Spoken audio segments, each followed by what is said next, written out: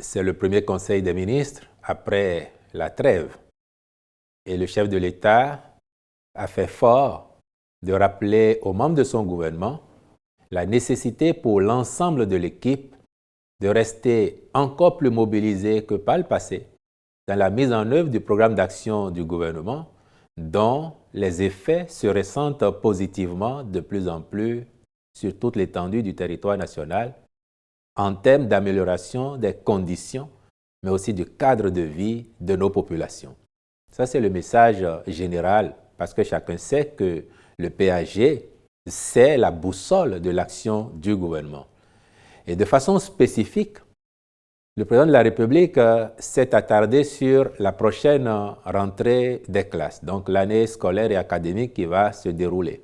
Et s'est assuré de ce que tout est en place pour que dans quelques jours, les classes rouvrent et que l'année se déroule comme il faut. Mais de façon toute particulière, il a mis l'accent sur l'engagement du gouvernement concernant la revalorisation des salaires des travailleurs de l'État. À cet effet, le chef de l'État a fait un point avec le comité qui est en charge de finaliser les travaux et les options du gouvernement en vue de leur présentation aux partenaires sociaux avant leur adoption pour application. Et là-dessus, il y a eu également une petite réflexion sur la question spécifique des aspirants au métier d'enseignant.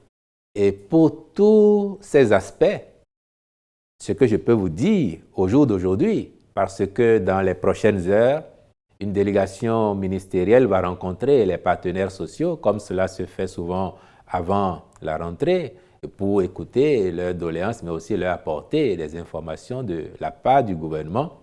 Cette délégation aura donc à passer certains messages aux partenaires sociaux.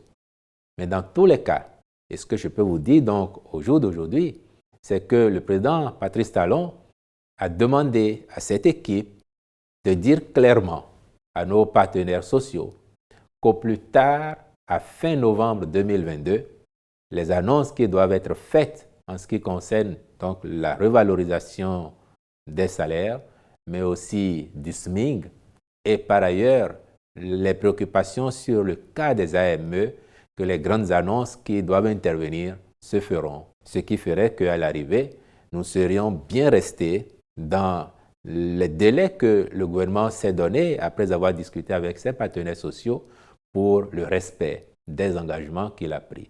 Et c'est l'occasion pour moi, encore une fois, de rappeler, comme j'ai pu le faire parfois, que pour le président de la République, une promesse, c'est un engagement. Et dès lors qu'il l'a faite, il s'emploie avec son équipe à l'honorer. C'est ce qui va intervenir dans les prochaines semaines. Ne soyons pas pressés. Fin novembre, c'est dans quelques semaines. Nous verrons bien les annonces qui interviendront et je peux prendre le pari avec vous qu'elles seront de nature à satisfaire l'ensemble de nos concitoyens et particulièrement des travailleurs.